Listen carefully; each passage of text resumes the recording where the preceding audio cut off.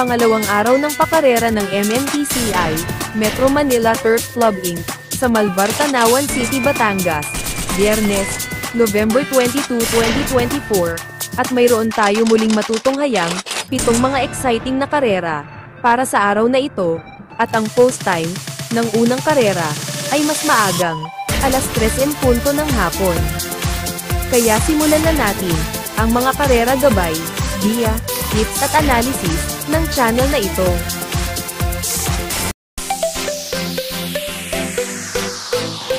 Dito na tayo sa race number 1, Panimulano winner take all, races 1 to 7, 1,400 meters ang distansya rito. Isang 3-year-old maiden race na may 5 numero at 5 rin ang mga kalahok dito. Dito sa race na to, ang tanging pili ko lang dito, pwede na rin sigurong Panolo, Paningel o FTD para sa araw na to. Rerenda ni Jackie J.A. Gusen, numero 5, Everland.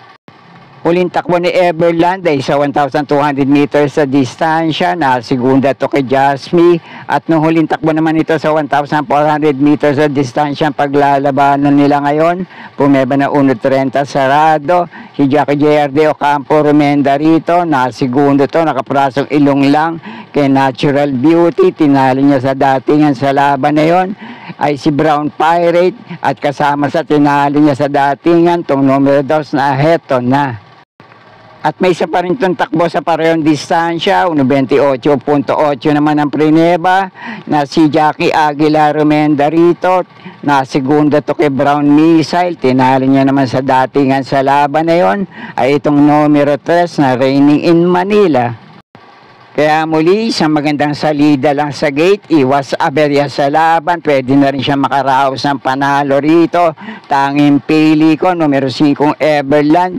At kung may iba pa rin kayong kinukursunada dito sa Panimulano winner take all, kayo na pong bahala din magsama para sa mga diskarte nyo. Okay po, thank you.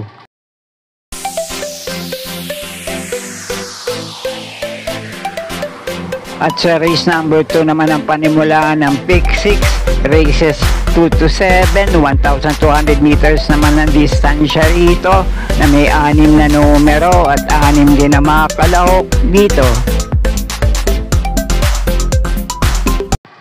At sa race naman na to, bigyan ko lang kayo ng konting paalala. Baka gusto nyo kumursyonada ng mga dihadong kalahok magmula race number 2 hanggang race number 7.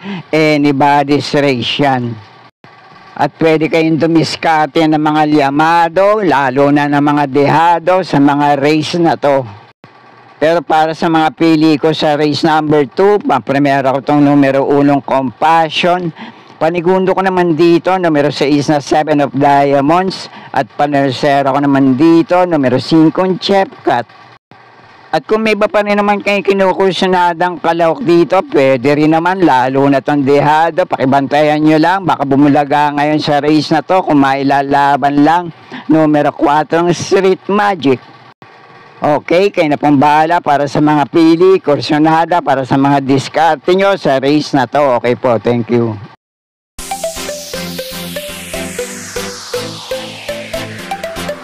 At dito naman sa race number 3, ang panimulaan ng Pick 5, races 3 to 7, 1,200 meters din ang distansya rito, na may 6 na numero at 6 din na mga kalahok dito.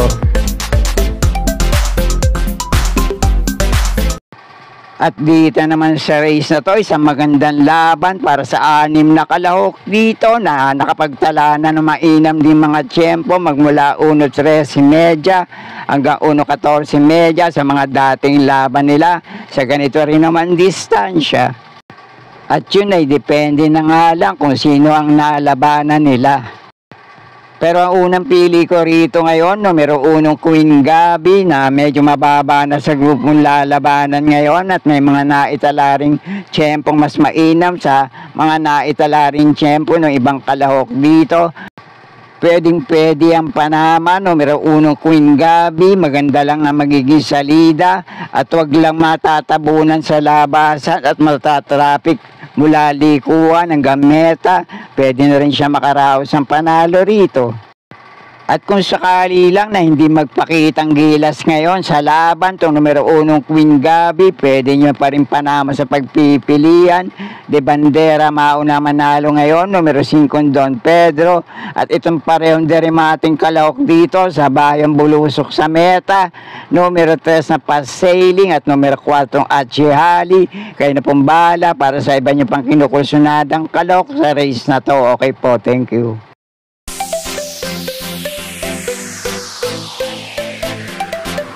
At nasa race number 4 na tayo, panimulaan ng pick 4, races 4 to 7, 1,200 meters ang distansya rito, na may 8 numero at 8 rin ang mga kalahok dito.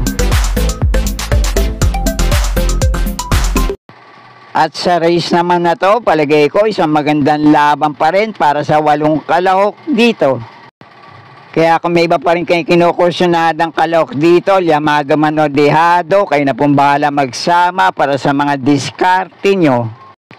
Itong numero 5 Extra Edition at numero 8 Sting, naglaban na rin to, nuling takbo sa parehong distansya. Dikit nga lang din sila nagkatalo, nagdatingan sa meta. At ito naman nagbabalik takbo, numero 2 sa Chocolate Thunder at numero 4 Golden Sunrise, ang may pinakamainam na tagumprineba sa mga dating laban nila, kaya lang may katagalan na. Depende na lang sa kondisyon ngayon at kung mapapalaban muli sa race na to. Ito namang numero 3 na Missy sanay rin to sa laban sa 1,400 meters sa distansya. Wala pa lang masyadong pinapakita para sa 1,200 meters na distansya naman paglalabanan nila ngayon. At yung natitirang 3 kalahok naman dito na nakapagtala na rin ng 1.13 median tempo sa ganitong distansya sa mga dating laban din nila, numero 1 Real Equity, itong numero 6 na Upscale Bell at numero 7 Inclusion. At sana'y nakatulong kahit papaano yung ilang gabay na naibigay ko para sa mga kalahok dito, kayo na pong bahala dumiskarte sa mga pili nyo. Kaya para sa unang 3 pili ko sa race na to, pampremera ko tong numero 3 na Missy Vicky, panigundo ko naman tong numero 5 Extra Edition, at panersera ko naman dito, numero 8 Sting. At kung may iba pa rin kayo kinukursunadang kalahok sa race na to, pwede rin naman kahit sino, basta kursunada nyo. Kaya na pong bahala magsama para sa mga diskarte nyo. Okay po, thank you.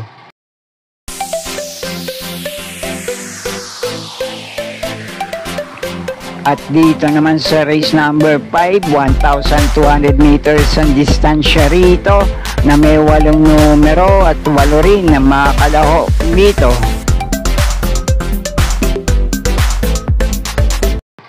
At dito naman sa race na to, isang magandang laban pa rin para sa 7 kalahok sa race na to, at ang tangi outsider dito, pinakadehado, numero 2 na Wildcat. At bukod dito, lahat na may chance sa manalo at makapanilat din sa race na to. At magandang bakbaka naman to para sa 5 metuling kalahok sa race na to, numero 1 Dreams of the World, numero 3 na Grand Jackpot, numero 4 Calendar Girl, numero 6 na Golden Opportunity at numero 7 Tenacity. Laban naman sa 2 derimating kalahok dito, numero 5 Matikas at numero 8 Service Deluxe. Kaya sa paligay ko, yung 7 kalahok na nabanggit ko rito, lahat yan may chance sa manalo at makapanilat din dito. Pero ang pampremera ko rito ngayon, numero 4 Calendar Girl, panigundo ko naman dito, itong napupunto, numero 8 Service Deluxe, at panersera ko naman dito, rerendahan ngayon ni Jackie JT Sarate, numero 3 na Grand Jackpot. At baka kinukursunada niya naman yung 2 dehadong de banderang kalahok dito na parehong may 1.13 sa katawan, numero 1 Dreams of the World at numero 6 na Golden Opportunity. Sama nyo lang din sa mga diskarte nyo, o baka may iba pa rin kayo kinukursunadang kalahok dito. Kaya na pong bahala magsama para sa mga diskarte nyo. Okay po, thank you.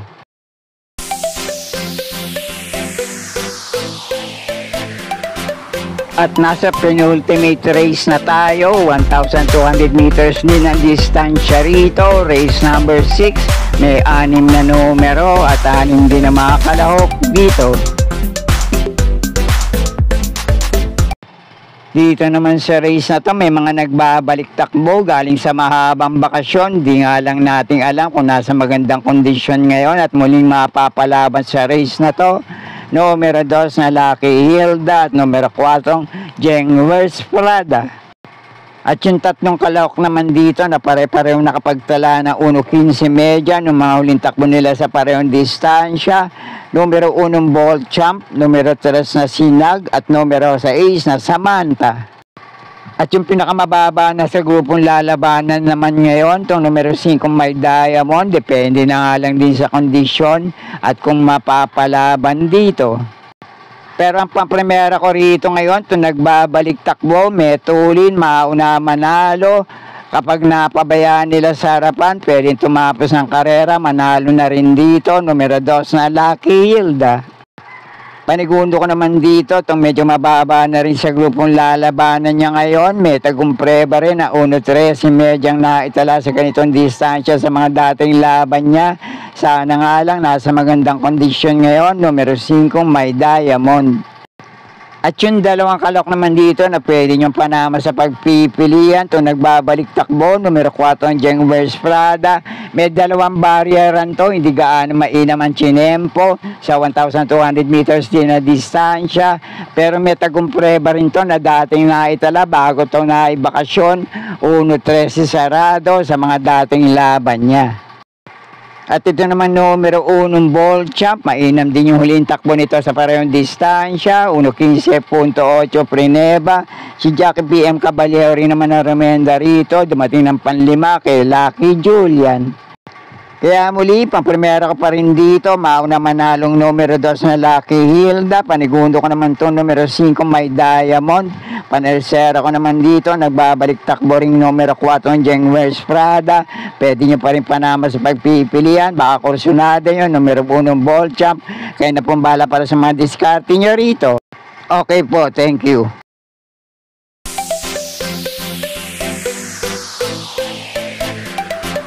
At nasa huling karera na tayo para sa araw ng Biyernes. Race number 7, last race paratingan, 1,200 meters ang distansya rito na may 8 numero at wala rin ang mga kalahok sa race na to.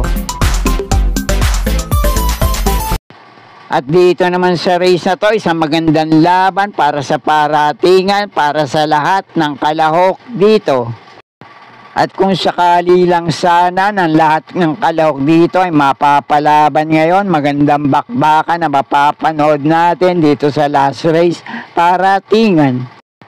Pero ang pampremera ko rito ngayon, baka hindi lang napalaban ng huling takbo sa parehong distansya. Kapag kinalabit, pwedeng hindi sumabit. Numero 5, Let It Shine. Panigundo ko naman dito dahil re-rendahan ngayon ni Jackie J.A. Guse. Numero 4, Lane's Pride. At ang paneresera ko naman dito, nananalo, tinatalo na rin sa datingan yung ibang kalahok dito. Re-rendahan ngayon ni Jackie J.T. Pabilik, numero 1, Keep the Jade. At pwede nyo pa rin naman panama sa pagpipilian dito. Wag lang babalik ang pagiging bisyoso. Problema lang nito yung lundag sa gate. Numero 7 Stark at numero 8 Dolyarama. Kaya para sa paratingan, kung may ba pa rin kayo kinukursunadang kalahok dito, kahit sino, pwede rin naman kayo na pumbala magsama para sa mga diskarte nyo. Okay, sana'y muling matapat sa tama yung mga pili at kursunada para sa araw ng Biyernes. Good luck po sa inyo lahat, happy racing at maraming salamat po.